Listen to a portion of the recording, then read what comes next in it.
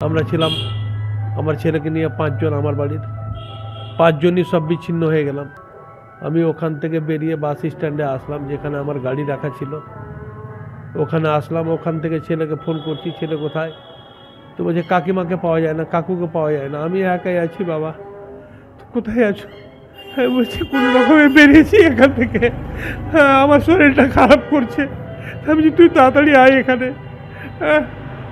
ছেলে আমার একটা বাইকওয়ালা হেল্প করলো ওকে, ওই বাইকে চেপে আমার কাছে আসলো, গাড়ির কাছে এসে ছেলে বললো যে বাবা আমাকে কেমন লাগছে। ড্রাইভারকে বললাম যে তাড়াতাড়ি হসপিটাল নিয়ে চলো। এইটুকুর মধ্যে ছেলেকে নিয়ে যেতেই বাস ছেলের আস্তে আস্তে সেন্স হারিয়ে গেল, কোনো জ্ঞান নাই। হসপিটালে নিয়ে গেলাম, ডাক্তার দেখে বলছে যে ছেলে আপনার নাই।